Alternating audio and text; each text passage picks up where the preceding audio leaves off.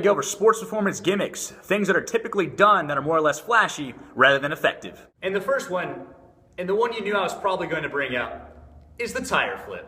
Now, for credibility and our pride, we don't own a big tire because we think they're stupid. This is the spare out of my car.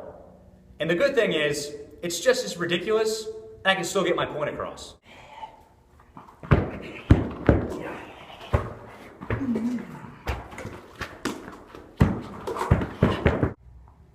Without using proper form while flipping a tire, you might as well take a golf club to each other's back. Not only is this more fun, but after a couple of swings, you'll be done. Now come on, bend over, let's go. Even with proper form on a tire flip, you might as well opt for deadlifts. They provide for a very similar stimulus with a lot more control and an ability to increase loads. Most importantly, they are just safer. But most gyms love the tire flip because it's a fad and we can post it on social media.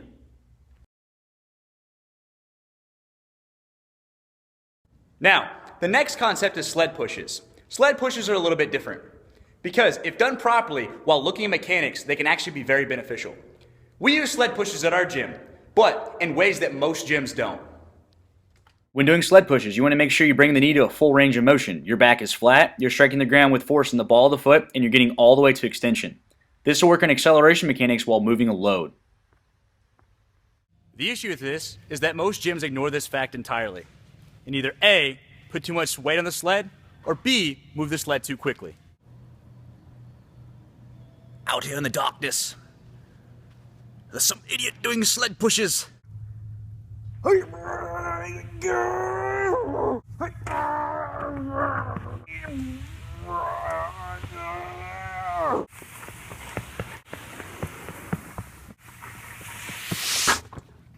The third thing is ladder drills. Now, ladder drills are okay to an extent, but when they're the crux of your training, there come some issues. We generally equate quicker feet to quicker movement, but that's actually not the case. Quicker movement is going to be achieved by putting more ground force down and moving through bigger ranges of motion. When doing ladder drills, if I move my feet as quick as possible, it's going to limit the amount of ground force I can put down. This is typically how we see ladder drills done.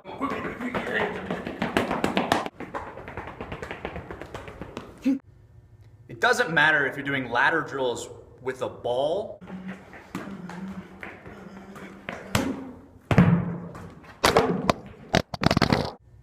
with a blindfold,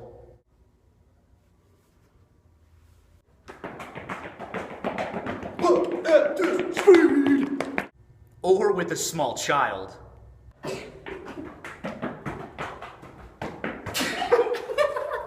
It doesn't make it any more specific to sport. You have to look at the correct contact points with the foot and putting force on the ground to move faster.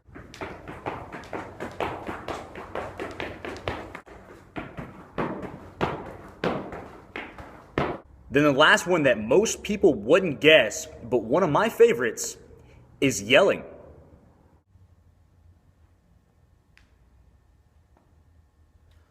Do it! Just do it! Sports performance and coaches in general rely on yelling in order to get their athlete to perform better. It builds mental toughness. It builds strength. If you can take my yelling, you're going to become a better athlete.